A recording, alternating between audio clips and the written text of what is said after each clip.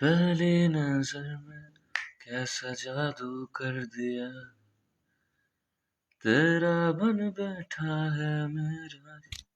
Hello, I hope I am audible. So, good evening everyone. My name is आशीष मनराल और अब मैं class 11th में आज से स्टार्ट करने जा रहा हूँ एनसीईआरटी सीरीज, जिसमें मैं आपको एनसीईआरटी की हर एक लाइन अच्छे से समझाऊंगा, क्योंकि आपके कई टेक्निकल चैप्टर्स हैं. फॉर एग्जांपल अगर मैं आपको बताऊं पॉलिटिकल साइंस में स्पेशली अगर एनसीईआरटी के हिसाब से हम जाएंगे, चैप्टर बहुत ज़्यादा बोरिंग लगते हैं, कई बार सेंस नहीं बनाते हैं और क्लासरूम में बहुत ज़्यादा नींद आती है, समझ में नहीं आता है. इसलिए मैंने ये कोशिश की है कि इन चैप्टर्स को मैं आपको लाइन बाय लाइन समझाऊंगा, ताकि आपका कुछ भी इसमें मिस आउट ना हो.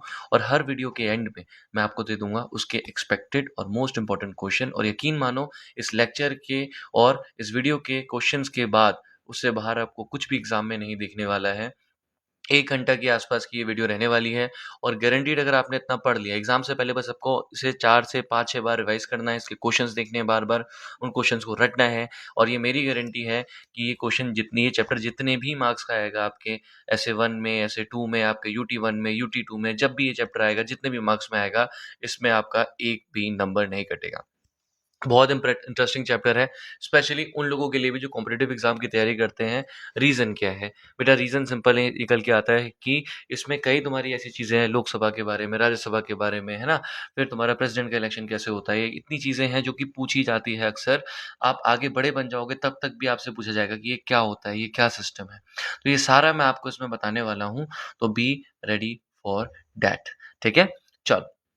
Without wasting any time let us start further. Chapter का नाम है लेजिस्लेचर. लेजिस्लेचर का मतलब वो बॉडी जो बनाती है कानून, उसे हम कहते हैं लेजिस्लेचर. आपने पहले ही पता है कि जो सरकार होती है, जो गवर्नमेंट होती है, इसके 3 ऑर्डर होते हैं. याद है? Horizontal power sharing. One is legislature, अगला होता है आपका एग्जीक्यूटिव और एक होता है आपका क्या? जुडिशरी. ठीक है, तो आपको ऑलरेडी पता है कि गवर्नमेंट के तीन तीन ऑर्गन्स होते हैं, हॉरिजॉन्टली प्लेस्ड, एक दूसरे को चेक करते हैं, एक दूसरे की पावर को चेक करने का काम करते हैं. एक होता है लेजिस्लेचर, एक होता है एग्जीक्यूटिव और एक होता है जुडिशरी. ठीक है, तो इस चैप्टर में हम आपको इन्हीं 3 ऑर्डर्स के बारे में बताएंगे. राइट. इन्हीं 3 ऑर्डर का जो एक मेन ऑर्डर है लेजिस्लेचर, उसी के बारे में बताएंगे, जिसका मेन काम होता है लॉ को बनाना. साथ के साथ लॉ को इम्प्लीमेंट करने का काम करता है एग्जीक्यूटिव. तो मैं आपको बताऊंगा कि क्या रिलेशन होता है लेजिस्लेचर और एग्जीक्यूटिव के बीच में. ये सारी चीज़ें आप जानोगे. ये थोड़ी कहानी के बाद अब हल्का आगे बढ़ते हैं, है ना? और चलो अपने बिज़नेस की ओर ध्यान देते हैं, राइट? चलो, फिज़ूल चीज़ें मैं नहीं पढ़ाऊँगा, सारी मेन चीज़ें. सबसे पहले एक बात याद रखना, इंडिया में जो लेजिस्लेचर होता है, तुमने देखा होगा कई बार पार्लियामेंट पार्लियामेंट यूज़ हो रहा होगा. इंडिया में लेजिस्लेचर को ही क्या कहते हैं? पार्लियामेंट. और इंडिया में लेजिस्लेचर एक लॉ बनाने वाली बॉडी नहीं है, बल्कि साथ के साथ इंडिया में अगर मैं आपको बताऊँ, लॉ मेकिंग सिर्फ़ एक फंक्शन है. लेजिस्लेचर के बहुत सारे फंक्शन हैं, जिसमें से एक फंक्शन क्या है? लॉ बनाना. ठीक है? अब देखो, जो लेजिस्लेचर है वो सेंटर होता है इंडिया की जितनी भी डेमोक्रेटिक पॉलिटिकल प्रोसेस है, मतलब इंडिया में जो भी डेमोक्रेसी प्रैक्टिस हो रही है, पॉलिटिक्स में जितनी भी डेमोक्रेसी है, उसका केंद्र, उसका जो सेंटर है वो क्या है? उसका सेंटर है बेटा लेजिस्लेचर. इसमें एक्शंस देखने को मिलता है. एक्शन का मतलब है डिस्कशन, डिबेट्स देखने को मिलती है. वॉकआउट मतलब कई बार अगर मान लो जो सभा में चल रहा है, लोकसभा हो या राज्यसभा हो, पसंद में नहीं आ रहा है किसी भी मेंबर को, तो वो क्या करता है? उठ के चला जाता है, उसे वॉकआउट कहते हैं. आपको प्रोटेस्ट देखने को मिल जाते हैं इस दौरान. आपको डेमोन्स्ट्रेशन देखने को मिलते हैं, यूनानिमिटी देखने को मिलती है, मतलब कभी बार सहमति देखने को मिलती है, कंसेंसस देखने को मिलता है और कॉपरेशन भी देखने को मिलता है. और ये सब बहुत इंपॉर्टेंट पर्पस है. इंडीड अगर मैं आपको बताऊं, जो एक जेन्युइन डेमोक्रेसी है, ठीक है, जो एक जेन्युइन डेमोक्रेसी है, वो बिल्कुल ही अनकंसीवेबल है. मतलब हम कंसीव कर ही नहीं सकते हैं, उस डेमोक्रेसी तक हम पहुंच ही नहीं सकते हैं बिना अपने रिप्रेजेंटेटिव के. पार्लियामेंट के अंदर हमारे रिप्रेजेंटेटिव बैठते हैं, जिन्हें हम इलेक्शन में वोट देते हैं. तो बिना उनके हम डेमोक्रेसी को कंसीव कर ही नहीं सकते हैं. साथ के साथ ये हमें एक एफिशिएंट और इफेक्टिव लेजिस्लेचर को देने का काम करती है. लेजिस्लेचर जो है बेटा, वो हमारा हेल्प करता है लोगों को कि वो क्या करें बेटा, कि वो होल्ड कर सके रिप्रेजेंटेटिव को अकाउंटेबल. जो तुम्हारे रिप्रेजेंटेटिव है, जिन लोगों को तुम चुनते हो, ये तुम्हारे लिए अकाउंटेबल इसीलिए हैं क्योंकि ये लेजिस्लेचर में जाके बैठ रहे हैं. अकाउंटेबल का मतलब होता है आंसरेबल, तुम्हारे सवालों का जवाब इसीलिए देते हैं. This Indeed the very basis of representative democracy. तो यही तुम्हारा बेस है रिप्रेजेंटेटिव डेमोक्रेसी का. ठीक है, पर फिर भी अगर मैं तुम्हें बताऊँ, ज़्यादातर डेमोक्रेसी में जो लेजिस्लेचर है, अगर मैं बताऊँ तो उसकी जो सेंट्रल प्लेस है, उसकी जो मेन इम्पोर्टेंस है लेजिस्लेचर की आज के दिन में, पार्लियामेंट की इम्पोर्टेंस कम होती जा रही है एग्जीक्यूटिव के मुकाबले। एग्जीक्यूटिव मतलब तुम्हारे जो पीएम वगैरह हो गए, तुम्हारे कैबिनेट मिनिस्टर जो हो गए, वो ज़्यादा पावरफुल हो रहे हैं आज की डेट में, और लेजिस्लेचर की इंपॉर्टेंस कम होती जा रही है। इंडिया में भी जो कैबिनेट है वो इनिशिएट करता है पॉलिसीज़ को आज की डेट में। इंडिया में भी पार्लियामेंट नहीं बल्कि बल्कि जो कैबिनेट के मिनिस्टर्स, फॉर एग्जाम्पल तुम्हारे फाइनेंस मिनिस्टर, तुम्हारे डिफेंस मिनिस्टर, तुम्हारे पीएम, ये सब तुम्हारे क्या करते हैं, पॉलिसीज़ को इनिशिएट करते हैं आज की डेट में, गवर्नमेंट का एजेंडा सेटअप करने का काम करते हैं और उनको आगे कैरी थ्रू करते हैं। ये अगर मैं तुम्हें बताऊँ, इसकी वजह से तुम्हारे जो कुछ क्रिटिक्स हैं, वो ये रिमार्क देते आए हैं कि जो पार्लियामेंट है वो डिक्लाइन हो गया है आज की टाइम पे। पार्लियामेंट थोड़ा-सा नीचे गिर गया है। But even very strong cabinet must sustain majority in the legislature. But फिर भी तुम्हारे जो बहुत स्ट्रॉन्ग से स्ट्रॉन्ग कैबिनेट हैं, उनको भी मेजॉरिटी को रिटेन करने की ज़रूरत है। उनको भी मेजॉरिटी बताए रखने की ज़रूरत है। एग्ज़ाम्पल मान लो कोई एक्स-वाई-ज़ेड पार्टी है, उसके कैबिनेट मिनिस्टर्स हैं, उसके पीएम हैं, बट उसके बावजूद भी उसको पार्लियामेंट के अंदर मेजॉरिटी, पार्लियामेंट के अंदर ज़्यादातर जो एमएलए, ज़्यादातर जो एमपी है, वो बैठे होंगे अगर उसके, उसी केस में अगर मैं आपको बताऊँ तो वो पावर को एन्जॉय कर सकती है। एक स्ट्रॉन्ग लीडर को पार्लियामेंट को फेस करना ही पड़ता है, चाहे कितना ही स्ट्रॉन्ग लीडर हो, और उसको आंसर करना पड़ता है, उनको सैटिस्फाई करना पड़ता है पार्लियामेंट को। ठीक है? इसलिए अगर तुम बताऊँ, डेमोक्रेटिक पोटेंशियल पार्लियामेंट का यही है कि पार्लियामेंट कैसे डेमोक्रेसी एश्योर करता है। ये रिकॉग्नाइज़ किया जाता है कि पार्लियामेंट सबसे ज़्यादा डेमोक्रेटिक और ओपन फोरम है डिबेट के लिए। अगर आप कहोगे तो पार्लियामेंट को कहा जाता है कि सबसे ज़्यादा डेमोक्रेटिक, मतलब हर एक चीज़ ओपनली, फ्रीली, फेयरली हो रही है और हर एक चीज़ ओपन है। हर एक चीज़ के ऊपर आप डिस्कस कर सकते हो, डिबेट कर सकते हो, तो पार्लियामेंट को कहा जाता है। ठीक है? On account of its composition अगर मैं बोलूँ, तो पार्लियामेंट जो आपकी है बेटा, वो सबसे ज़्यादा रिप्रेजेंटेटिव ऑर्गन है। पार्लियामेंट में रिप्रेजेंटेटिव अलग-अलग टाइप के तुम्हें देखने को मिलते हैं। ठीक है? और जितने भी गवर्नमेंट के ऑर्गन्स हैं, लेजिस्लेचर, एग्जीक्यूटिव, जुडिशरी, उन सब में सबसे ज़्यादा रिप्रेजेंटेटिव तुम्हें पार्लियामेंट के अंदर देखने को मिलते हैं। साथ के साथ पार्लियामेंट के पास पावर होती है कि वो गवर्नमेंट को चुन भी सकती है और डिसमिस भी कर सकती है। थोड़ी ख़याली बातें थी, ठीक है? अब इसमें इधर आ जाओ। पार्लियामेंट तुम्हें समझ में आ गया क्या होता है? ठीक है। अब देखो बेटा, एक चीज़ होती है, हमारे देश में जो पार्लियामेंट है, वो पार्लियामेंट 2 पार्ट में डिवाइडेड है, ठीक है? एक है आपका लोकसभा, एक है आपका लोकसभा और एक है आपका राज्यसभा। एक है आपका लोकसभा और एक है आपका राज्यसभा। ठीक है? तो हमारे देश में जो पार्लियामेंट है, उसके 2 हाउसेज़ हैं, इन्हीं को कहा जाता है 2 हाउस ऑफ द पार्लियामेंट। नहीं समझे? फिर बताता हूँ। हमारे देश की जो लॉ मेकिंग बॉडी है, दैट इज़ पार्लियामेंट, हमारे देश का जो लेजिस्लेचर है, वो तुम्हारा 2 पार्ट में डिवाइडेड है, एक है लोकसभा और एक है राज्यसभा। ठीक है? और हमारा जो ये टॉपिक है, वो तुम्हें यही बताएगा कि हमें, अगर मैं बताऊँ कि हमें क्यों ज़रूरत पड़ती है पार्लियामेंट को 2 हाउसेज़ में डिवाइड करने की। तो ये जो पार्लियामेंट है, पार्लियामेंट का मतलब होता है नेशन का लेजिस्लेचर, मतलब देश का लेजिस्लेचर, देश की लॉ मेकिंग बॉडी। पार्लियामेंट को हम बोलते हैं देश का लेजिस्लेचर, पार्लियामेंट को हम बोलते हैं देश की लॉ मेकिंग बॉडी। ठीक है? पार्लियामेंट को बोलते हैं देश का लेजिस्लेचर। अब अगर मैं तुम्हें बताऊं, तो legislature of the state is describe as state legislature. तो तुम्हारा जो पार्लियामेंट होता है, वो क्या होता है बेटा? नेशनल लेजिस्लेचर, मतलब देश का लेजिस्लेचर।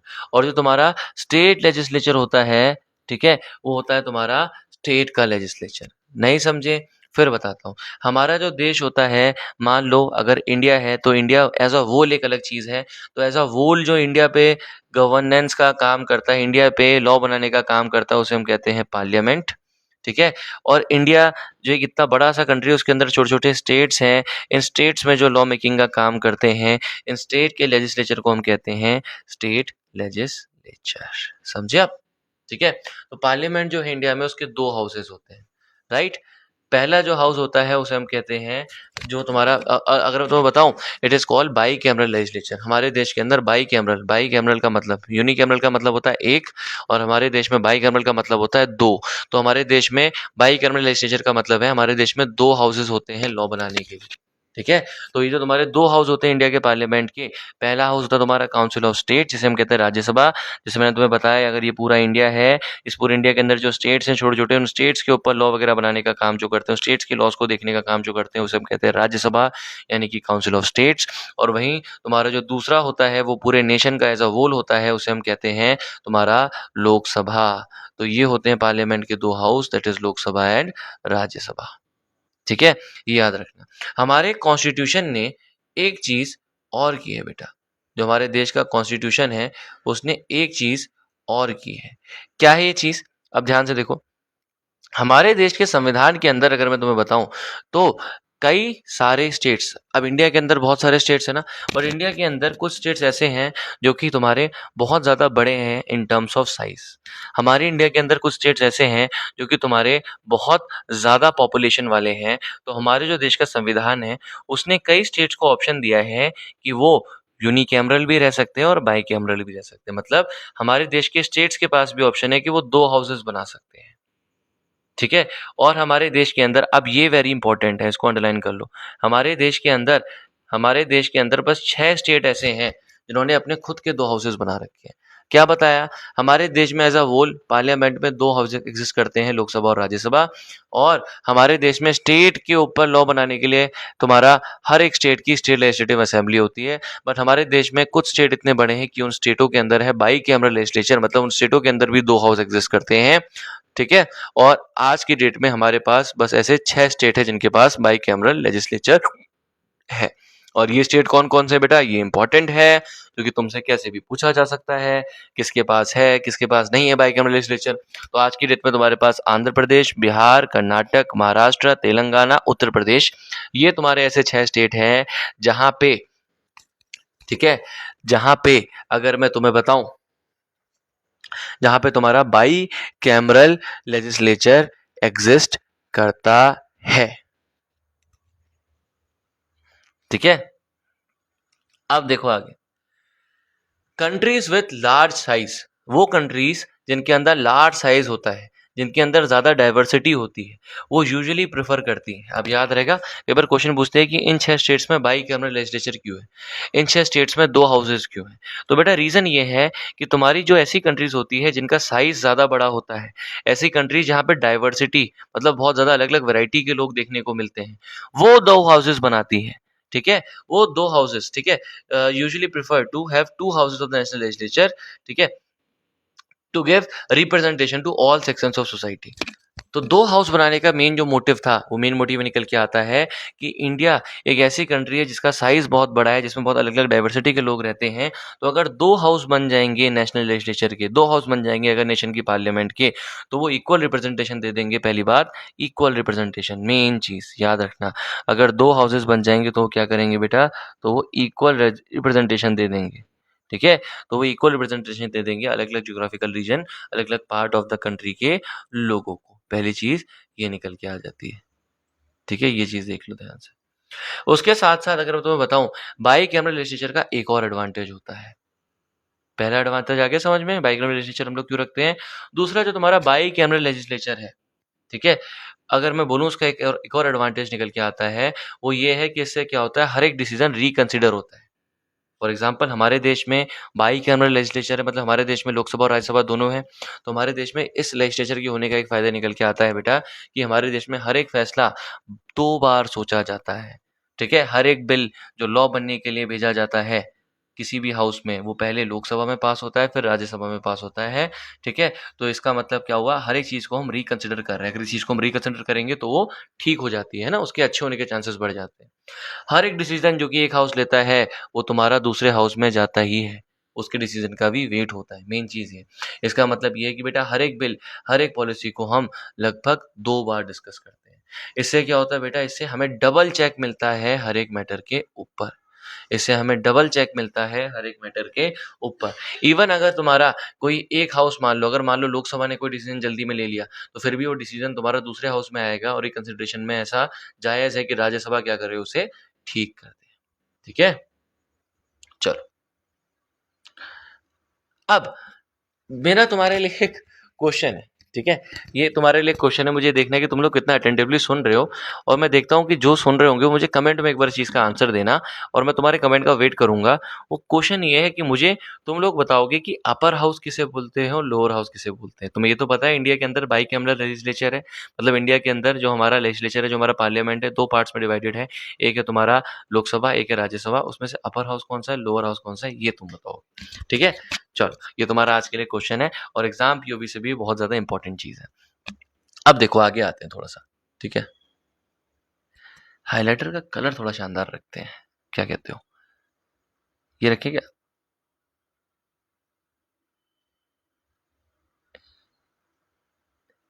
ऐसा रखते हैं, है ना, ये कुछ हमारे हिसाब से सही जा रहा है। अब देखो, अगर मैं तुम्हें बताऊं, सबसे पहली चीज अब हम पढ़ते हैं बेटा राज्यसभा के बारे में, जरा सा मेरे से पढ़ लो। What is Rajya Sabha? ध्यान से मैंने तुम्हें बताया कि हमारे देश के अंदर, देखो एक बात मैं तुम्हें इलेक्ट्रिकली बता रहा हूँ, मैं एनसीईआरटी को लाइन बाय लाइन पढ़ा रहा हूँ। इंटरेस्टिंग ना भी लगे, वीडियो के एंड तक रुकना, कारण ये वीडियो के एंड में तुम्हारे लिए मेन माल मसाला है, ठीक है, जो तुम्हारे एग्जाम में काम बना देगा, तो ध्यान से देखना। अगर मैं तुम्हें बताऊं, हमारे देश में जो दो हाउसेस हैं पार्लियामेंट के, वो उन पे जो रिप्रेजेंटेशन है, उन पे जो लोग बैठते हैं, ठीक है, वो अलग अलग वर्गों से आते हैं, अलग अलग जगह से आते हैं। राज्यसभा के अंदर अगर तुम बताओ, राज्यसभा के अंदर अगर तुम बताऊं, तो हमारे देश के जो स्टेट्स होते हैं, स्टेट्स के रिप्रेजेंटेटिव बैठते हैं। फॉर एग्जाम्पल यूपी का, राजस्थान का, मध्य प्रदेश का, छत्तीसगढ़ का, झारखंड का, ठीक है, ऐसे, right. It is an indirect elected body. कभी भी तुम राज्यसभा के अंदर वोट नहीं डालते हो। मैं तुम्हें बहुत एक लॉजिकली चार्ट से भी समझाऊंगा। मैंने तुम्हें क्या बताया, हमारे देश का जो पार्लियामेंट होता है, ध्यान से सुनो, हमारे देश का पार्लियामेंट दो पार्ट्स के अंदर, हमारे देश का पार्लियामेंट दो पार्ट्स के अंदर डिवाइडेड है। एक है लोकसभा, एक है राज्यसभा। हम बात कर रहे हैं राज्यसभा की। राज्यसभा में तुम्हारे रिप्रेजेंटेटिव बैठते हैं राज्यों के, मतलब स्टेट्स के, काउंसिल ऑफ स्टेट्स। ठीक है, तो अब ध्यान से देखो, जो हमारे देश का राज्यसभा है, अगर मैं तुम्हें बोलूं तो ये एक इनडायरेक्टली इलेक्टेड बॉडी है। मतलब राज्यसभा के लिए हम लोग डायरेक्टली वोट नहीं देते। Resident of the state elect members to state legislative assembly. ठीक है, the elected members of state legislative assembly in turn elect member of the Rajya Sabha. नहीं आया समझ में? तो राज्यसभा के जो मेंबर होते हैं, जो लोग राज्यसभा में बैठते हैं, है ना, उन लोगों के लिए हम लोग डायरेक्टली वोट नहीं देते हैं, बल्कि हम लोग वोट देते हैं तुम्हारे स्टेट लेजिस्लेटिव असेंबली के मेंबर्स को। फॉर एग्जाम्पल, अब मैं तुम्हें सिंपली समझाता हूँ। तुम लोग जब वोटिंग करते हो, तुम लोग किसके लिए करते हो? एमएलए के लिए करते हो ना। ठीक है, तुम्हारे वहाँ का जहाँ जहाँ से तुम लोग हो, वहाँ वहाँ से कोई ना कोई एमएलए होगा। ठीक है, तो अब देखो, तुम सब लोग किसके लिए वोटिंग करते हो? एमएलए के लिए वोटिंग करते हो ना। तो तुम वोट डालोगे एमएलए को, और ये एमएलए जाके बैठता है SLA, that is state legislative assembly में। और ये स्टेट लेजिस्लेटिव असेंबली के लोग जाके क्या करते हैं, अपने में से ही खुद वोट डाल के इंटरनल वोटिंग करके कुछ मेंबरों को चुनते हैं, और ये बैठते हैं राज्यसभा में। तो ऐसे बनते हैं राज्यसभा के मेंबर। यही कहना चाह रही है ये तीन लाइन। ठीक है, आप दोबारा से लाइन पढ़ो, तुम्हें सेंस बनाती हुई दिखाई देगी। We can imagine two different principal of representation in the second chamber. ठीक है, जो तुम्हारे दूसरा चेंबर जो राज्यसभा है, उसमें तुम्हारे दो अलग अलग प्रिंसिपल यूज होते हैं लोगों को बैठाने के लिए। राज्यसभा के अंदर भी कौन लोग बैठेंगे, कितने कहाँ से बैठेंगे, राज्यसभा के अंदर तो हर स्टेट के लोग बैठेंगे ना। तो क्या प्रिंसिपल यूज करते हैं इन लोगों को बैठाने के लिए, वो क्या है? सबसे पहला हम एक तरीका यूज कर सकते हैं कि हम इक्वल रिप्रेजेंटेशन दे दें। असम से भी एक बराबर लोग ले लें, यूपी से भी एक बराबर लोग ले लें, राजस्थान से भी एक बराबर लोग ले लें। राज्यसभा के अंदर आपकी 250 के अराउंड अगर सीट्स हैं, तो उसमें हम क्या करें बेटा, हम लोग बराबर बराबर ये सीटें इंडिया की जितनी भी स्टेट्स हैं डिवाइड करके हर एक स्टेट को उसी डिवीजन के हिसाब से सीटें दे दें। तो हम ये कर सकते हैं। ठीक है, और दूसरा हम क्या कर सकते हैं बेटा, दूसरा हम क्या कर सकते हैं, दूसरा हम कर सकते हैं, दूसरा हम ये कर सकते हैं ऑन दी अदर हैंड। ठीक है, हम क्या करें, जो स्टेट्स हैं, ठीक है, पहले हम क्या कर सकते हैं, कंट्री जो ये तुम्हारी स्टेट्स हैं कंट्री के अंदर, उसके साइज के हिसाब से हम उनको रिप्रेजेंटेशन दे सकते हैं। हम कहेंगे कि ये सिमेट्रिकल रिप्रेजेंटेशन है, मतलब जिस स्टेट का जितना साइज है उस हिसाब से हमने उनको सीटें दे दी राज्यसभा के अंदर। दूसरा हम ये कर सकते हैं कि स्टेटों को रिप्रेजेंटेशन दे सकते हैं उसकी पॉपुलेशन के हिसाब से। ठीक है, इसका मतलब ये है कि जिन जगह पर ज्यादा लोग हैं, जिन जगह पे ज्यादा डाइवर्सिटी है, उन जगहों को क्या मिलेगी, ज्यादा सीट्स मिल जाएगी राज्यसभा के अंदर, और जहां पॉपुलेशन कम है उनको क्या मिलेगी, कम सीट मिल जाएगी। तो ये हम एक चीज कर सकते हैं। ठीक है? अब बताओ मुझे लॉजिकली सोच के बताओ इंडिया के अंदर क्या सूट करेगा? इंडिया के अंदर मुझे लग रहा है सेकंड मेथड सूट करेगा। जो फॉर एग्ज़ाम्पल अगर मैं तुम्हें बताऊँ, तुम कंपेयर करो अरुणाचल को जिसकी पॉपुलेशन बहुत ज़्यादा कम है यूपी के कंपैरिज़न में। तुम्हें क्या लगता है? अरुणाचल जिसकी पॉपुलेशन बहुत ज़्यादा कम है और यूपी जिसकी पॉपुलेशन उससे बहुत ज़्यादा गुना ज़्यादा है, ठीक है? तो ज़्यादा सूटेबल क्या रहेगा कि मैं जगह को देखते हुए अरुणाचल और यूपी को लगभग बराबर सीटें दे दूँ, या फिर मैं एक काम करूँ क्या कि क्योंकि अरुणाचल की पॉपुलेशन कम है तो अरुणाचल से मैं कम लोगों को सीट दूँ राज्यसभा के अंदर और यूपी से मैं ज़्यादा लोगों को सीट दूँ, क्योंकि यूपी में लोग ज़्यादा हैं, डाइवर्सिटी ज़्यादा है, लोगों के ख्याल ज़्यादा होंगे। तो तुम लोग यही कहोगे कि सर हमें जो सेकंड ऑप्शन आपको देखने को मिल रहा है, वो ज़्यादा टेक्निकल देखने को मिल रहा है, तो इंडिया भी इसी सेकंड मेथड को अपनाती है। इंडिया में राज्यसभा के अंदर जिन स्टेट्स में पॉपुलेशन जैसी है, उस हिसाब से वहाँ के मेंबर सेलेक्ट होते हैं। ठीक है? फॉर एग्ज़ाम्पल मान लो अगर कोई एक्स-वाई-ज़ेड स्टेट है, जहाँ की पॉपुलेशन तुम्हारी बहुत ज़्यादा है, तो वहाँ पे क्या उस ज़्यादा पॉपुलेशन के हिसाब से ज़्यादा मेंबर बैठेंगे राज्यसभा में, और कोई अगर एक्स-वाई-ज़ेड स्टेट है जहाँ पे पॉपुलेशन बहुत ज़्यादा कम है, तो वहाँ पे थोड़े कम मेंबर बैठेंगे राज्यसभा में उसकी पॉपुलेशन के हिसाब से। ये एक चीज़ है। ठीक है? इस सेकंड मेथड का मीनिंग ये होता है कि जहाँ पे ज़्यादा पॉपुलेशन है स्टेट्स में, वहाँ ज़्यादा रिप्रेजेंटेटिव बैठेंगे राज्यसभा के अंदर। यूएसए में अगर मैं बोलूँ वहीं इसी का उल्टा होता है। यूएसए में इक्वल रिप्रेजेंटेशन तुम्हें देखने को मिलता है। सेनेट मतलब वहाँ के पार्लियामेंट को हम बोलते हैं। ठीक है? तो यूएसए में हर एक स्टेट का रिप्रेजेंटेशन इक्वल होता है।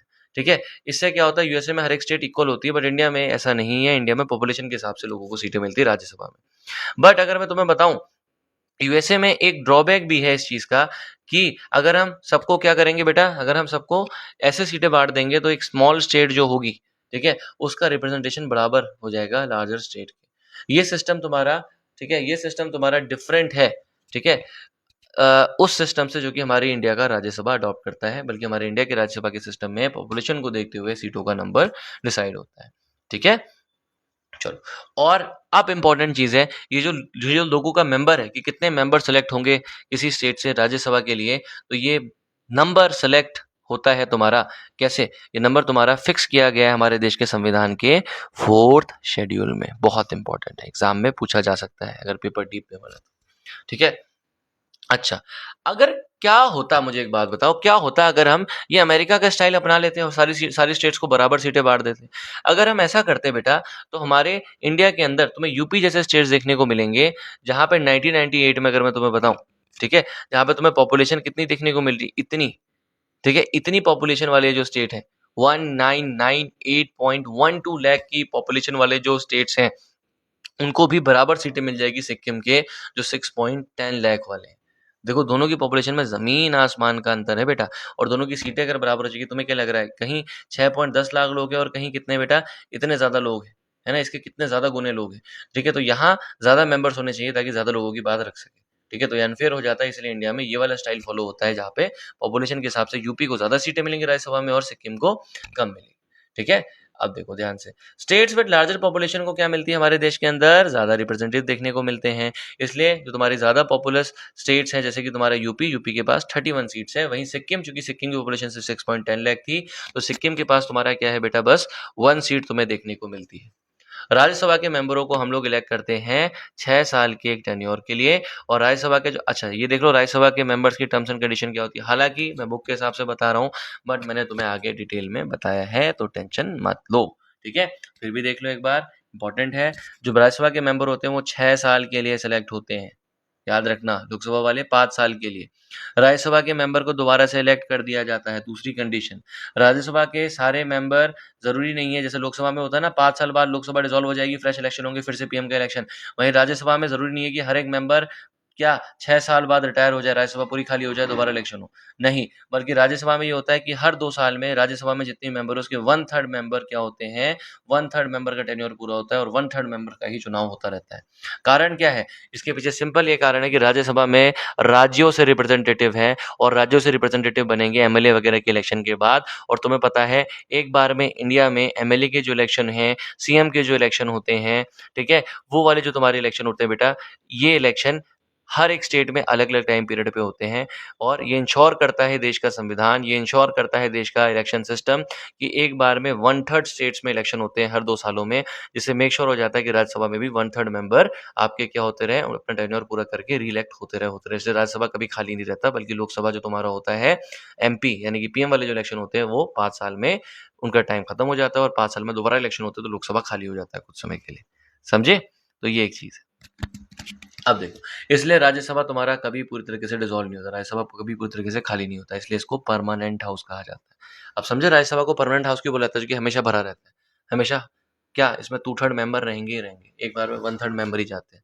एडवांटेज होता है इस अरेंजमेंट का कि जब लोकसभा को डिसॉल्व कर दिया जाता है, पीएम इलेक्शन के टाइम पे लोकसभा को डिसॉल्व कर दिया, लोकसभा जब खाली हो जाता है और इलेक्शन होने वाले होते हैं, उस टाइम पे भी राज्यसभा की मीटिंग बुलाई जा सकती है अर्जेंट बेसिस पे, और बिजनेस को कंडक्ट कराया जा सकता है।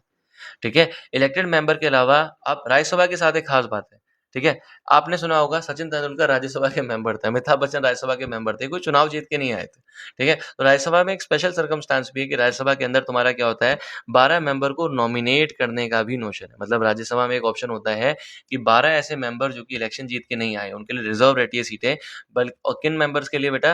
ये वो मेंबर होते हैं जिन्होंने अपनी-अपनी फील्ड में कुछ अच्छा किया है देश के लिए, कंट्रीब्यूट किया है। जैसे कि आप मान लो एपीजे अब्दुल कलाम, सचिन तेंदुलकर, ठीक है, अमिताभ बच्चन, जिन्होंने कुछ महान काम किया अपनी फील्ड में, उनके लिए 12 सीटें रिजर्व रहती है राज्यसभा में। अच्छा, और दूसरी बात ये है, अगर आप देखोगे तो कई लोग ऐसे, ठीक है, जैसे एपीजे अब्दुल कलाम का आप नाम देख लो, he became the president even as well, ठीक है। अब देखो, द प्रेसिडेंट नॉमिनेट, और इनको नॉमिनेट करने का काम होता है तुम्हारा प्रेसिडेंट का, प्रेसिडेंट ही नॉमिनेट करता है इन मेंबर्स को, ठीक है। प्रेसिडेंट के नॉमिनेशन के बाद तुम्हारे मेंबर बनते हैं राज्यसभा के। ये जो तुम्हारे नॉमिनेशन होते हैं, ये तुम्हारे जो मेक करते हैं वो तुम्हारे वो पर्सन्स होते हैं जिन्होंने अपनी फील्ड में बहुत अच्छा किया है। लिटरेचर में कोई अच्छा कर सकता है, साइंस में, आर्ट में, सोशल सर्विस में, ठीक है। तो इन फील्डों में जो अच्छा करते हैं लोग, उनको राज्यसभा का मेंबर बनाया जाता है, ठीक है। अगला आ जाओ बेटा, अगला है तुम्हारा व्हाट इज लोकसभा, राइट। तो लोकसभा, या अगर मैं बोलूँ स्टेट लेजिस्लेटिव असेंबली, ये तुम्हारी वो असेंबली होती है जिसको डायरेक्टली इलेक्ट करते हैं तुम्हारे पीपल, जिसको डायरेक्टली इलेक्ट करते हैं तुम्हारे लोग। राज्यसभा को लोग नहीं चुनते हैं, याद रखना, ये डिफरेंस है लोकसभा और राज्यसभा में। पूछा जाता है लोकसभा राज्यसभा के बीच में डिफरेंस लिखो, तो पहला डिफरेंस ये आ गया कि लोकसभा जो होता है, याद है मोदी जी का इलेक्शन, मोदी जी को तो नहीं चुना तुमने, ठीक है, डायरेक्टली तुमने मोदी जी को नहीं बनाया, वो तुमकी पार्टी ने बनाया, और मोदी जी को बनाने वाले जो तुम्हारे एमपी थे, उन एमपीज को तो तुम्ही ने चुना, ठीक है, ये याद रखना बेटा। तो ये जो तुम्हारे इलेक्शन होते हैं, ये वो इलेक्शन होते हैं इसमें लोग डायरेक्टली वोट करते हैं, सीधे लोगों की वोटिंग होती है। इस पर्पस का इलेक्शन ये होता है कि पूरी कंट्री का जो लेजिस्लेचर होता है, सेंटर की जो गवर्नमेंट होती है वो कौन बनेगी, ठीक है, उसको डिसाइड करना, राइट। और पूरे जो देश होता है उसको टेरिटोरियल कॉन्स्टिट्यूएंसीज, मतलब कॉन्स्टिट्यूएंसीज, ठीक है, जो चुनावी क्षेत्र होता है उसमें बांट दिया जाता है, पॉपुलेशन के हिसाब से, बराबर और पॉपुलेशन के हिसाब से कॉन्स्टिट्यूएंसीज में डिवाइड कर दिया जाता है। हर एक कॉन्स्टिट्यूएंसी में इलेक्शन होते हैं, हर एक कॉन्स्टिट्यूएंसी से बनता है तुम्हारे एक एमपी, और ये सारे कॉन्स्टिट्यूएंसीज के एमपी बन के क्या बनते हैं बेटा? बनाते हैं लोकसभा, और ये लोकसभा ही बनाती है पीएम को, ये याद रखना, ठीक है। एक रिप्रेजेंटेटिव को इलेक्ट किया जाता है हर कॉन्स्टिट्यूएंसी से, किसके थ्रू? यूनिवर्सल एडल्ट सफरेज, मतलब वोटिंग के थ्रू, जहाँ पे हर एक वोट की वैल्यू, हर एक इंडिविजुअल की वोट की वैल्यू इक्वल होती है दूसरे इंडिविजुअल की। आज की डेट में हमारे देश में इंपॉर्टेंट है 543, 543 ऐसी कॉन्स्टिट्यूएंसीज है, 543 ऐसी सीटें हैं जहाँ पे चुनाव लड़ा जाता है लोकसभा का। ये नंबर 1971 के बाद से चेंज नहीं हुआ है। लोकसभा जो तुम्हारा है बेटा, लोकसभा के साथ एक चीज है कि लोकसभा और राज्यसभा में अब देखो टेन्योर में क्या डिफरेंस है। लोकसभा जो होता है बेटा वो 5 साल के लिए बनता है, राज्यसभा तुमने देखा था 6 साल के लिए, ठीक है, ये मैक्सिमम टाइम पीरियड है। हमने ये भी देखा है चैप्टर में जो एग्जीक्यूटिव था, एग्जीक्यूटिव चैप्टर में हमने ये भी देखा है कि कई बार लोकसभा अपने 5 साल पहले पूरे करने से पहले भी रिजॉल्व हो जाता है, हट जाता है, ठीक है। अगर अगर मैं तुम्हें बताऊं, अगर कोई पार्टी कोई कोलिशन गवर्नमेंट नहीं बना पाती है, तब उस केस में प्राइम मिनिस्टर एडवाइस करता है प्रेसिडेंट को कि लोकसभा को अब क्या कर दो, डिसॉल्व कर दो, फ्रेश इलेक्शन कराओ, ठीक है। चलो, अब आ जाओ बेटा, अगली चीज निकल के आती है, हमारे देश का पार्लियामेंट करता क्या है, हमारे देश के लेजिस्लेचर का फंक्शन क्या है। Do both houses of parliament have similar function? क्या हमारे देश का जो पार्लियामेंट है उसके दोनों हाउसेस के फंक्शन सेम होते हैं या दोनों के फंक्शंस में डिफरेंस होता है? आपने बोल तो दिया ना क्या कि सर लोकसभा और राज्यसभा ऐसे दो हाउसेस होते हैं हमारे देश के पार्लियामेंट में, दोनों का फंक्शन सेम है, दोनों के फंक्शन में कुछ डिफरेंस तुम्हें देखने को मिलता है। और क्या दोनों की पावर्स में भी कुछ डिफरेंस है? सबसे पहले देखो लॉ मेकिंग की बात करते हैं। तो लॉ मेकिंग के अलावा अगर तुम्हें बताऊं, पार्लियामेंट जो है पार्लियामेंट और भी बहुत सारे काम करता है। और चलो हम ऐसे कुछ फंक्शंस देख लेते हैं। पार्लियामेंट का जो पहला पहला फंक्शन जो होता है बेटा वो होता है लेजिस्लेटिव फंक्शन। क्या होता है? Legislative function. लेजिस्लेटिव फंक्शन का मतलब क्या होता है? जो पार्लियामेंट होता है वो लेजिस्लेशन बनाता है, मतलब लॉज रूल्स एंड रेगुलेशन बनाता है कंट्री के लिए। पार्लियामेंट के काम देख लो बेटा, ठीक है। और पार्लियामेंट तुम्हारा चीफ लॉ मेकिंग बॉडी होता है, बट फिर भी पार्लियामेंट क्या करता है बेटा? पार्लियामेंट ज्यादातर केसेस में पार्लियामेंट बस लॉ को अप्रूव करने का काम करता है। एक्चुअल टास्क तो तुम्हारा बिल को ड्राफ्ट करने का होता है, वो परफॉर्म करती है तुम्हारी ब्यूरोक्रेसी। ठीक है, पार्लियामेंट आज की डेट में बस लॉ को अप्रूव करता है, बल्कि असली काम जो लॉ बनाने का होता है वो तुम्हारे कैबिनेट मिनिस्टर्स, पीएम, ये सब जो ब्यूरोक्रेट्स होते हैं, ये लॉ को फ्रेम करते हैं, लॉ को ड्राफ्ट करते हैं, ठीक है, मिनिस्टर्स के सुपरविजन में। और अगर तुम्हें बताऊं, the substance and even the timing of the bill are decided by cabinet. और यहाँ तक कि बिल में क्या होगा, बिल की टाइमिंग क्या होगी, ये सब भी कैबिनेट डिसाइड करता है, ना कि पार्लियामेंट। पार्लियामेंट का काम बस आज की डेट में अप्रूवल कराएगा। अगर मैं तुम्हें बताऊं, कोई भी बड़ा बिल पार्लियामेंट के अंदर बिना कैबिनेट, ठीक है, कैबिनेट मतलब जो मिनिस्टर्स होते हैं, अगर मैं तुम्हें बताऊं, ठीक है, PM and as ministers is known as cabinet. जैसे कि तुम्हारा education minister, defence minister, health minister, ये और पीएम, ऐसे जितने भी मिनिस्टर्स होते हैं उन सबको हम कहते हैं कैबिनेट। बिना कैबिनेट के अप्रूवल के पार्लियामेंट के अंदर कोई भी बिल अप्रूव या इंट्रोड्यूस नहीं होता है। ठीक है, अब बिल क्या होता है बेटा? एक कानून बनने से पहले, किसी भी चीज में कानून बनने से पहले जो चीज तुम पास करते हो उसे हम बिल कहते हैं। ठीक है, अब देखो, member other than the ministers can also introduce bills. तो देखो, जो बिल होते हैं ना बेटा, अगर मैं तुम्हें बताऊं, मिनिस्टर के अलावा बाकी के मेंबर भी बिल इंट्रोड्यूस कर सकते हैं, बट अगर मैं तुम्हें बताऊं गवर्नमेंट उनको सपोर्ट नहीं करेगी तो बिल पास कभी नहीं हो पाएगा। ये होता है पार्लियामेंट का पहला function, that is legislative function, मतलब लॉ बनाने वाला फंक्शन। फिर पार्लियामेंट का दूसरा फंक्शन होता है, पार्लियामेंट कंट्रोल करता है तुम्हारा एग्जीक्यूटिव को। पार्लियामेंट का काम होता है एग्जीक्यूटिव को कंट्रोल करने का। क्यों? क्योंकि पार्लियामेंट इंश्योर करता है कि एग्जीक्यूटिव अकाउंटेबल रहे, मतलब आंसरेबल रहे जनता को। ये तुम्हारा सबसे इंपॉर्टेंट फंक्शन है पार्लियामेंट का। ठीक है, क्योंकि पार्लियामेंट क्या करता है? पार्लियामेंट ये चीज अश्योर करता है कि एग्जीक्यूटिव, जो तुम्हारे एग्जीक्यूटिव के लोग हैं, जो तुम्हारे मिनिस्टर्स हैं, जो तुम्हारे पीएम वगैरह हैं, ये ओवरस्टेप ना करें, किसी और की जो अथॉरिटी है उसमें हस्तक्षेप ना करें, और रिस्पॉन्सिबल रहे लोगों को जिनके लिए जिन्होंने इनको इलेक्ट किया है। ठीक है, हम इस फंक्शन को और ज्यादा डिटेल में बाद में इस चैप्टर में एक बार देखेंगे। ठीक है, कि कैसे तुम्हारा जो आगे जाके देखोगे तुम्हें हेडिंग निकल के आती है कि कैसे तुम्हारा जो लेजिस्लेचर है वो तुम्हारे एग्जीक्यूटिव को कंट्रोल करता है। अगली चीज बेटा यहाँ पे निकल के आती है फाइनेंशियल फंक्शन। पार्लियामेंट का एक फाइनेंशियल फंक्शन भी होता है। तो जो तुम्हारी गवर्नमेंट है, गवर्नमेंट तुम्हारा बहुत सारा पैसा क्या करती है? खर्च करती है अलग अलग मैटर्स पे। ठीक है, अब ये पैसा आता कहाँ से है? फाइनेंशियल पर्पस, ठीक है, फाइनेंशियल फंक्शन मतलब पैसे को मैनेज करने का जो काम होता है, ये भी गवर्नमेंट करती है। ठीक है, कैसे? गवर्नमेंट के पास पैसा कहाँ से है? तुम देखो, सरकार बहुत सारा पैसा लगा रही है, पर आता कहाँ से? तो सरकार क्या करती है बेटा? सरकार जो भी रिसोर्स सरकार के पास है उस पर टैक्स चार्ज करती है। हर एक चीज के ऊपर टैक्स लगता है, सरकार इस टैक्स से क्या करती है? खर्चा करती है। हाउएवर डेमोक्रेसी में जो लेजिस्लेचर है वो कंट्रोल करता है टैक्स को। जो पार्लियामेंट है, पार्लियामेंट का काम होता है लेजिस्लेचर के अंदर इन टैक्सेस को कंट्रोल करना। ठीक है, और कैसे मनी यूज करेगी गवर्नमेंट, ये भी पार्लियामेंट अश्योर करती है, ये भी लेजिस्लेचर अश्योर करता है।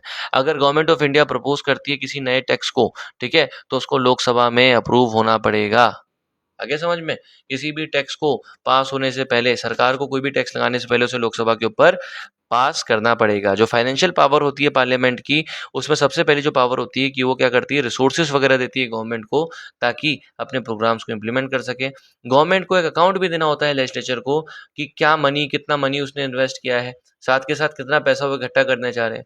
लेजिस्लेचर साथ के साथ बेटा ये भी इंश्योर करता है कि जो गवर्नमेंट है वो कई बार, मतलब ये देख लो एक बार, लेजिस्लेचर का मेन काम ये है कि क्या? हमेशा अकाउंटेबिलिटी लेना, देखना कितना पैसा कहाँ पे खर्च कर रही है पार्लियामेंट, और साथ के साथ कहीं पार्लियामेंट कोई मिस स्पेंड तो नहीं कर रही है, ओवर स्पेंड तो नहीं कर रही है। ये सब तुम्हारा पार्लियामेंट मेक श्योर करता है बजट के थ्रू। इसीलिए तुम्हारा पार्लियामेंट कहता है कि बजट निकालो, बजट निकाल के बताओ कि कितना पैसा कहाँ का खर्च करोगे, ताकि पार्लियामेंट को बताओ कि देश की जो रिसोर्सेज है, इसका जो टैक्स पेयर का मनी है वो वेस्ट ना हो। ठीक है, अब देखो बेटा अगला ध्यान से, अगला जो तुम्हारा काम होता है पार्लियामेंट का होता है रिप्रेजेंटेशन। रिप्रेजेंटेशन का मतलब होता है बेटा मौका देना लोगों को रिप्रेजेंट करने का। ठीक है, पार्लियामेंट क्या करता है? अलग अलग तुम देखोगे अलग अलग व्यूज को रिप्रेजेंट करता है। पार्लियामेंट में फलाना, मतलब 10-10 तरीके के लोग होते हैं। साथ के साथ पार्लियामेंट में लोग अलग अलग रीजन से, अलग अलग सोशल, इकोनॉमिक, रिलीजियस ग्रुप से होते हैं। कंट्री के। पार्लियामेंट में फंक्शन होता है डिबेटिंग का। जो पार्लियामेंट होता है वो सबसे हाईएस्ट फोरम होता है डिबेट का कंट्री के अंदर। पार्लियामेंट में डिबेट मतलब सबसे ज्यादा जो हाईएस्ट लेवल ऑफ तुम्हारा फोरम है, हाईएस्ट लेवल ऑफ मंच है डिबेट करने का कंट्री का, वो पार्लियामेंट है। ठीक है, और पार्लियामेंट में एक चीज रहती है कि पार्लियामेंट के अंदर कोई भी लिमिटेशन नहीं है डिस्कस करने में। ठीक है, पार्लियामेंट के अंदर पावर लोगों के पास डिस्कशन करने की। पार्लियामेंट के जो मेंबर होते हैं वो फ्री हैं कि वो किसी भी मुद्दे के ऊपर बोल सकते हैं, किसी भी मुद्दे के ऊपर स्पीक कर सकते हैं। ठीक है, साथ के साथ ये मेक श्योर करता है पार्लियामेंट के लिए कि वो हर एक इशू को एनालाइज कर सके जो कि नेशन फेस कर रहा है। ये डिस्कशन तुम्हारा हार्ड बनाते हैं पार्लियामेंट में डिसीजन मेकिंग का। ठीक है, अगला जो पार्लियामेंट का फंक्शन, ये देखो फंक्शंस ऑफ पार्लियामेंट मैंने बताया, लॉन्ग आंसर में आता है। अगला जो फंक्शन तुम्हारा पार्लियामेंट का निकल के आता है वो आता है कॉन्स्टिट्यूएंट फंक्शन। पार्लियामेंट का कॉन्स्टिट्यूएंट फंक्शन, तो पार्लियामेंट के पास पावर होती है कि वो क्या कर सकते। कॉन्स्टिट्यूएंट का मतलब होता है पार्लियामेंट के अंदर कॉन्स्टिट्यूशन के अंदर चेंजेस, कॉन्स्टिट्यूशन में नया कोई भी चीज लेके आने का फंक्शन। फंक्शन मतलब पावर होती है। ठीक है, तो पार्लियामेंट के पास पावर होती है कि वो कुछ भी चेंज को डिस्कस कर सकती है कॉन्स्टिट्यूशन के अंदर। साथ के साथ पार्लियामेंट जो होता है बेटा, पार्लियामेंट में अगर तुम्हें बताऊं तो कॉन्स्टिट्यूशन में अमेंडमेंट को लेके, कॉन्स्टिट्यूशन में चेंजेस को लेके पार्लियामेंट के दोनों हाउसेस, लोकसभा और राज्यसभा के पास सिमिलर पावर होती है। और जितने भी कॉन्स्टिट्यूशनल अमेंडमेंट्स होते हैं, अमेंडमेंट का मतलब जितने भी संविधान में चेंजेस आते हैं उसको अप्रूव करना जरूरी है स्पेशल मेजोरिटी, मतलब दोनों हाउसेस अगर क्या पूरी तरीके से मेजोरिटी में बोलेंगे यस, तभी जाके कोई भी चीज अमेंड होती है कॉन्स्टिट्यूशन के अंदर। अगला पार्लियामेंट का जो फंक्शन है वो है इलेक्टोरल फंक्शन। पार्लियामेंट में तुम्हारे काफी सारे इलेक्शंस भी होते हैं। इलेक्टोरल फंक्शन का मतलब इलेक्शन कंडक्ट करवाना। जैसे फॉर एग्जांपल तुम्हारा प्रेसिडेंट और वाइस प्रेसिडेंट का इलेक्शन पार्लियामेंट के अंदर ही कंडक्ट होता है, उसमें बाहर के लोगों की वोटिंग नहीं होती है, कॉमन लोग वोट नहीं डालते हैं। एक और चीज निकल के आती है पार्लियामेंट का, जुडिशियल फंक्शन। जुडिशियल फंक्शन का मतलब ये होता है कि बेटा पार्लियामेंट के अंदर कई सारे जुडिशरी, मतलब जुडिशरी का मतलब होता है तुम्हारा डिसीजन लेने वाले फंक्शन होते हैं। For example removal of president कब होगा, वाइस प्रेसिडेंट कब रिमूव होगा, हाई कोर्ट और सुप्रीम कोर्ट के जज कब रिमूव हो गए, सब पार्लियामेंट डिसाइड करता है। राइट, देख लो बेटा आप पावर्स ऑफ राज्यसभा, उसके बाद powers of Rajya Sabha and Lok Sabha के बीच में एक बार डिफरेंस कर लेते हैं। ठीक है, देखो सबसे इंपॉर्टेंट एनसीईआरटी की वो एक पेज जो थोड़ा सा बहुत ज्यादा फैक्चुअल है, पावर्स ऑफ। एक बार देख लो यहाँ पे, थोड़ा सा हमें चेंज करना पड़ेगा अपना कलर, किसका, इसके ऊपर क्या अच्छा लगेगा, येलो कर लें, ये करते हैं। ठीक है, अब देखो ध्यान से लोकसभा की पावर देखो। सबसे पहले जो पावर होती है लोकसभा की, वो लॉज बनाती है तुम्हारी किन चीजों के ऊपर, यूनियन लिस्ट के ऊपर। यूनियन लिस्ट का मतलब वो सब्जेक्ट जो तुम्हारे सेंटर के अंदर आते हैं, और कॉन्करेंट लिस्ट मतलब सेंटर स्टेट दोनों के अंदर आते हैं। जाहिर सी बात है लोकसभा पूरे देश की होती है, तो लोकसभा के अंदर तुम्हारे उन मुद्दों पे विचार किया जाता है यूनियन लिस्ट के अंदर और कॉन्करेंट लिस्ट के अंदर आते हैं। और तुम्हारे लोकसभा के अंदर ही, अब ये बात याद रखना बेटा, सिर्फ लोकसभा के अंदर ही तुम्हारे मनी बिल इंट्रोड्यूस हो सकते हैं। पैसों से रिलेटेड जो तुम्हारे बिल होते हैं वो सिर्फ मनी बिल तुम्हारे सिर्फ लोकसभा के अंदर इंट्रोड्यूस हो, ये पावर है लोकसभा का। दूसरा राज्यसभा, जो कि स्टेट्स के साथ है। ठीक है, तो अगर मैं तुम्हें बताऊं तो जो तुम्हारा राज्यसभा होती है, राज्यसभा तुम्हारा क्या करेगी, स्टेट लिस्ट के सब्जेक्ट पे पहली बात तो फैसला लेगी। 3 टाइप की लिस्ट होती है, याद है क्लास 10, यूनियन, स्टेट, कंकरेंट। तो स्टेट लिस्ट पे फैसला लेती है, स्टेट और कंकरेंट लिस्ट पे फैसला लेती है राज्यसभा। और साथ के साथ राज्यसभा कंसिडर करती है और अप्रूव करती है नॉन मनी बिल को। ठीक है, कंसिडर और अप्रूवल का काम अब ये भी कर सकता है, लोकसभा भी कंसिडर और अप्रूव कर सकती है नॉन मनी बिल को। ठीक है, और साथ के साथ बट तुम्हारी जो राज्यसभा होती है वो मनी बिल को तुम्हारा कंसिडर या अप्रूव नहीं कर सकती है, उसमें तुम्हारा बस सजेशन दे सकती है अमेंडमेंट का, मानना ना मानना लोकसभा के ऊपर। ठीक है, और कभी भी मनी बिल राज्यसभा के अंदर इंट्रोड्यूस नहीं होता है। राइट, साथ के साथ तुम्हारा क्या करती है, टैक्स हो गया, बजट हो गया, एनुअल फाइनेंशियल स्टेटमेंट क्या कितना खर्चा हुआ है उसको दिखाने को कहते हैं फाइनेंशियल स्टेटमेंट, एनुअल मतलब पूरे साल का। तो ये सारी चीजों के लिए प्रपोजल वगैरह अप्रूव करने का काम करती है तुम्हारी लोकसभा। साथ के साथ कॉन्स्टिट्यूशन में अमेंडमेंट को अप्रूव करवाने का काम करती है तुम्हारी राज्यसभा। ये तुम्हारा कंट्रोल करती है एग्जीक्यूटिव को। लोकसभा तुम्हारा एग्जीक्यूटिव को कंट्रोल करती है क्वेश्चंस पूछ के, सप्लीमेंट्री क्वेश्चंस हो गया, रेजोल्यूशंस के थ्रू। ठीक है, और कई बार तुम्हारा मोशन या नो कॉन्फिडेंस मोशन का मतलब तुम्हारा क्या कहते हैं, गवर्नमेंट को निकालने वाले, गवर्नमेंट को रिमूव करने वाला एक जो मोशन होता है वो पास करके। वहीं तुम्हारा एग्जीक्यूटिव को कंट्रोल करती है ये, उससे क्वेश्चन पूछ के, मोशन रिड्यूस करके और रेजोल्यूशन को इंट्रोड्यूस करके, ऑलमोस्ट सिमिलर चीज होगी। साथ के साथ हमारे देश के संविधान को अमेंड ये भी करती है, देश के संविधान को अमेंड करने का काम वो भी करती है। अगर मैं तुम्हें बताऊं बेटा, पार्टिसिपेंट जो तुम्हारे होते हैं इलेक्शन में, रिमूवल में, ठीक है, president, vice president, supreme court, high court, ठीक है, ये याद रखना बेटा। ये सारे पार्टिसिपेंट तुम्हारे जो इन इलेक्शन में पार्ट लेते हैं वो यहाँ होते हैं राज्यसभा में, लोकसभा में भी होते हैं। साथ के साथ तुम्हारी जो राज्यसभा है, राज्यसभा के पास पावर है कि वो अकेले अलोन इनिशिएटिव ले सकती है, अकेले ही इनिशिएट कर सकती है वाइस प्रेसिडेंट को रिमूव करने का। ठीक है, ये पावर है। राइट। अगर मैं तुम्हें बताऊं बेटा कि इमरजेंसी एक कंडीशन जहाँ पे नेशन में क्या होता है बेटा, नेशन में इमरजेंसी का मतलब होता है पुलिस वगैरह जो होती है, ठीक है, साथ के साथ हमारी जो बाकी मशीनरी होती है उसको बिल्कुल हॉल्ट में लगा दिया जाता है। इमरजेंसी का मतलब ये हुआ कि तुम्हारी नॉर्मल जो वर्किंग होती है वो थोड़ी सी रुक जाती है, ठीक है, और देश के अंदर काफ़ी सारे रिस्ट्रिक्शंस आ जाते हैं, उस कंडीशन को कहते हैं इमरजेंसी, जो युद्ध के दौरान अक्सर लग जाती है, ठीक है। तो इमरजेंसी को कब लगाना है, इमरजेंसी को कब हटाना है, ये काम करती है तुम्हारी लोकसभा। साथ के साथ अगर मैं तुम्हें बताऊं बेटा, ये प्रेसिडेंट और वाइस प्रेसिडेंट के इलेक्शन में और सुप्रीम कोर्ट के जज के रिमूवल वगैरह में, हाई कोर्ट के जज के रिमूवल या अपॉइंटमेंट में बहुत इंपॉर्टेंट रोल प्ले करती है। ये कमिटी बनाती है, कमिटी का मतलब होता है ग्रुप टाइप का, ठीक है। कमिटी और कमीशंस वगैरह बनाती है, सेम ही हुआ, जो क्या करते हैं काफ़ी जो रिपोर्ट्स आते हैं, ठीक है, उसको कंसिडर करने का काम करते हैं। ये लोग काम करते हैं राज्यसभा वाले कि ये क्या करते हैं, यूनियन पार्लियामेंट को पावर देते हैं कि वो लॉज बना सके, स्टेट मतलब स्टेट लिस्ट पूरी किसके हाथ में, स्टेट लिस्ट पूरी तुम्हारी है, ठीक है, यहाँ पे राज्यसभा के हाथ में। तो राज्यसभा ही पावर देता है यूनियन को, मतलब लोकसभा को, कि वो स्टेट लिस्ट के किसी भी मामले में कुछ फैसला ले सके, ठीक है। चलो अब देखो बेटा, what are some special powers of Rajya Sabha, Rajya Sabha की कुछ स्पेशल पावर्स क्या क्या होती है, तो ये ध्यान से देखो, ठीक है। तो अगर मैं तुम्हें बताऊं, जो राज्यसभा है इसका जो मैकेनिज्म होता है, ठीक है, राज्यसभा की अगर मैं तुम्हें बात करूं बेटा, ये राज्यसभा जो है वो एक ऐसा इंस्टीट्यूशनल मैकेनिज्म तुम्हें प्रोवाइड करता है जिसमें स्टेट्स अपने आप को रिप्रेजेंट कर सकती है, ठीक है। ये क्या करता है बेटा, स्टेट्स की पावर को प्रोटेक्ट करने का काम करता है राज्यसभा, पहली बात जो निकल के आती है। साथ के साथ इसीलिए अगर कोई भी ऐसा मैटर, कोई भी ऐसा मुद्दा हो जो स्टेट्स को क्या करे, स्टेट्स को इफेक्ट करे, स्टेट्स के ऊपर बदलाव डाले कुछ, तो उसको सबसे पहले राज्यसभा के कंसेंट की जरूरत होती है। आगे समझ में, ऐसा कोई भी मुद्दा अगर पार्लियामेंट के अंदर डिस्कस हो जिसमें स्टेट्स का डायरेक्टली इन्वॉल्वमेंट हो, जिसमें स्टेट्स को इफेक्शन, जिसमें स्टेट्स को सॉरी इफेक्ट हो रहा हो, ठीक है, जिसमें स्टेट्स इफेक्ट हो रही हो, तो उस किसी भी मुद्दे को तुम हमेशा क्या करोगे बेटा, पहले राज्यसभा में अप्रूवल दिलवाओगे, कंसेंट दिलवाओगे राजस्थान राज्यसभा का, उसी केस में वो पार्लियामेंट के अंदर जाएगा डिस्कशन के लिए। तो अगर यूनियन पार्लियामेंट को तुम्हें क्या करना है बेटा, किसी एक मामले को स्टेट लिस्ट से निकालना है, या मान लो किसी एक स्टेट लेजिस्लेचर के मामले में लॉ बनाना है, तो यूनियन लिस्ट तो, और तो इधर, और अगर उसको मान लो यूनियन लिस्ट में कांग्रेस लिस्ट में लेके जाना है, पढ़ा था ना, 3 टाइप की लिस्ट होती है, यूनियन, स्टेट और कांग्रेस, ठीक है।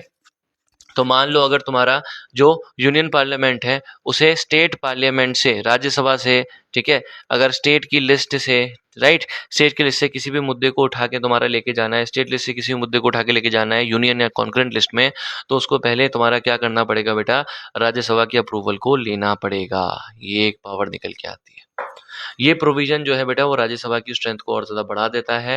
हालांकि एक्सपीरियंस ये बताता है जो राज्यसभा के मेंबर होते हैं वो अपनी पार्टीज की ओर ज़्यादा वोट देते हैं बजाय अपने स्टेट की। कई बार ऐसा होता है किसी स्टेट को अगर अ, किसी स्टेट को अगर मैं तुम्हें बताऊं, किसी स्टेट को अगर किसी एक चीज़ से आपत्ति भी हो रही है, किसी स्टेट को लग भी रहा है कि क्या स्टेट की पावर छीन के यूनियन के पास जा रही है, तो वो स्टेट कई बार ये देखा जाता है अपनी पार्टी को लेके ज़्यादा लॉयल रहता है ना कि अपने स्टेट्स को लेके, उसके रिप्रेजेंटेटिव, ठीक है। अच्छा, power exercise only by the Lok Sabha. अब राज्यसभा की देख ली, लोकसभा के पास क्या पावर होती है। सबसे पहले अगर मैं बताऊं, देन देयर आर पावर्स, कई ऐसी पावर्स जो लोकसभा भी एक्सरसाइज करता है। सिर्फ फॉर एग्जांपल अगर मैं तुम्हें बताऊं, राज्यसभा के पास ये पावर नहीं है कि वो तुम्हारा क्या कर सके बेटा, इनिशिएट कर सके, मतलब ला सके कभी भी मनी बिल को, मनी से रिलेटेड लॉस को रिजेक्ट करने की भी कोई पावर नहीं रहती है, ना ही अमेंड करने की, ना ही चेंज करने की कोई पावर रहती है मनी बिल्स के अंदर, किसके पास, राज्यसभा के पास। वहीं तुम्हारी जो काउंसिल ऑफ मिनिस्टर्स है, लोकसभा जो है बेटा, वो अगर मैं तुम्हें बताऊं, ठीक है, वो उसके लिए रिस्पॉन्सिबल हो, ठीक है, council of ministers is responsible to the Lok Sabha and not Rajya Sabha. जो तुम्हारे पीएम और पीएम के जो मिनिस्टर्स होते हैं वो तुम्हारे लोकसभा के लिए रिस्पॉन्सिबल है, लोकसभा को आंसरेबल है, राज्यसभा के लिए आंसरेबल है, राज्यसभा के लिए रिस्पॉन्सिबल है, ऐसा कुछ भी नहीं है। आगे समाज में ये भी एक पावर है तुम्हारी। साथ के साथ जो तुम्हारी राज्यसभा है, ठीक है, वो तुम्हारी क्या करती है बेटा, गवर्नमेंट को क्रिटिसाइज कर सकती है, इसलिए गवर्नमेंट को रिमूव नहीं कर सकती है। गवर्नमेंट को रिमूवल का काम कहाँ होता है, लोकसभा में होता है। कैन यू एक्सप्लेन वाई, ठीक है। अब तुम ये सुन सकते हो कि ऐसा क्यों होता होगा। कारण ये है कि जो तुम्हारी राज्यसभा है उसको एमएलए इलेक्ट करते हैं, ना कि लोग इलेक्ट करते हैं। मैंने तुम्हें अगेन बताया ना, राज्यसभा जो होती है, राज्यसभा में तुम वोटिंग नहीं करते हो, तुम्हारे चुने हुए एमएलए डालते हैं वोट स्टेट लेजिस्लेटिव असेंबली में जाके, और फिर उन वोटिंग से बनती है राज्यसभा, ठीक है। अगर मैं बताऊं, उन्हीं एमएलए के रिप्रेजेंटेटिव बनाते हैं क्या, राज्यसभा। इसलिए अगर बताऊं, कॉन्स्टिट्यूशन जो है बेटा, कॉन्स्टिट्यूशन ने कुछ पावर्स नहीं दी है राज्यसभा को, क्योंकि राज्यसभा के लोगों को लोगों ने नहीं बल्कि एमएलए ने चुना है। इसलिए जो democratic form of democratic form है वो अडॉप्ट करती है कॉन्स्टिट्यूशन को। जो लोग हैं, लोगों को फाइनल अथॉरिटी माना गया है। इंडिया के अंदर लोग फाइनल अथॉरिटी, और लोग अगर किसी बॉडी को नहीं चुन रहे हैं तो उसको पावर थोड़ी कम दी जाती है। इस लॉजिक से जो रिप्रेजेंटेटिव हैं वो डायरेक्टली लोग इलेक्ट करते हैं, ठीक है। उनके पास क्रूशियल पावर होती है गवर्नमेंट को रिमूव करने की और कंट्रोल करने की, फाइनेंसेस को। इसलिए तुम्हारी जो लोकसभा है जिसके पास ये सारी पावर है, क्यों? क्योंकि लोकसभा को लोगों ने चुना है, लोकसभा को लोगों ने बनाया है, इसलिए लोकसभा के पास स्पेशल पावर होती है रिमूव करने की किसी भी गवर्नमेंट को, और कंट्रोल करने की फाइनेंसेस को, पैसों की, ठीक है। यही रीजन है। तो कई बार तुमसे पूछा जाता है कि वाई, टेल मी, ये जो तुम्हारा मनी बिल है, मनी बिल तुम्हारा कभी भी इंट्रोड्यूस क्यों नहीं होता है राज्यसभा के अंदर? या पूछा जाता है कि बताओ, जो गवर्नमेंट है, गवर्नमेंट का रिमूवल जो होता है वो तुम्हारा कभी भी लोकसभा के अंदर क्यों होता है, राज्यसभा के अंदर क्यों नहीं होता? तो रीजन ये है कि राज्यसभा को लोगों ने डायरेक्टली नहीं चुना है, बल्कि लोकसभा को लोगों ने डायरेक्टली चुना है। इसलिए तुम्हारा राज्यसभा को ये स्पेशल प्रिविलेज मिलता है कि लोकसभा को ये स्पेशल प्रिविलेज मिलता है कि Lok Sabha money bill pay decision ले सकती है, और साथ के साथ लोकसभा तुम्हारा पार्लियामेंट में तुम्हारी जो एक पार्टी वगैरह है, जो गवर्नमेंट है, उसके रिमूवल में भी इन्वॉल्व हो सकती है। बल्कि जो तुम्हारे अगले स्फेयर्स हैं, जिसमें कि तुम्हारा नॉन मनी बिल वगैरह हो गया, कॉन्स्टिट्यूशन में अमेंडमेंट वगैरह की बात हो गई, प्रेसिडेंट को इम्पीच करने की बात हो गई, मतलब हटाने की बात हो गई, ठीक है। साथ के साथ वाइस प्रेसिडेंट वगैरह जो हो गया, उसकी पावर जो हो गई, ठीक है, वो तुम्हारी, अगर मैं बताऊं, लोकसभा और राज्यसभा की ये इक्वल है। बस इन दो मुद्दों में नहीं है। किन मुद्दों में? गवर्नमेंट को हटाने के मुद्दे में, क्योंकि गवर्नमेंट लोगों के द्वारा चुनी गई है, तो राज्यसभा जिनको लोगों ने चुना भी नहीं, वो नहीं हटा सकती है, उसमें रिमूवल का प्रोसेस स्टार्ट नहीं होता है। साथ के साथ मनी बिल पे फैसला राज्यसभा नहीं लेती है, बस सजेशन देती है, सुझाव कंसिडर करने के लिए दिया जाता है, ठीक है। ना ही अमेंड कर सकती है, ना इंट्रोड्यूस कर सकती है। इंट्रोड्यूस और अमेंड दोनों कौन कर सकती है? लोकसभा। पार्लियामेंट लॉ कैसे बनाता है, ठीक है। चलो अभी इतना रखें, यहाँ से कंटिन्यू करूँ पार्ट 2 में, थोड़ा बोरिंग हो जाएगा, राइट। अभी इतना तो मैंने तुम्हें बता दिया है, अब बहुत इंटरेस्टिंग आएगा, उसको बहुत इंटरेस्टिंग तरीके से बनाऊंगा कि पार्लियामेंट में लॉ कैसे बनता है। तो इसको बहुत ध्यान से देखना, पार्लियामेंट कैसे लॉ बनता है, ठीक है, ये मैं तुम्हें बताऊंगा। और ये बताने के साथ मुझे लग रहा है ये चैप्टर अभी चलेगा थोड़े और पेज, ठीक है। तो इतना देखो, उसके बाद मैं तुम्हें बताता हूँ।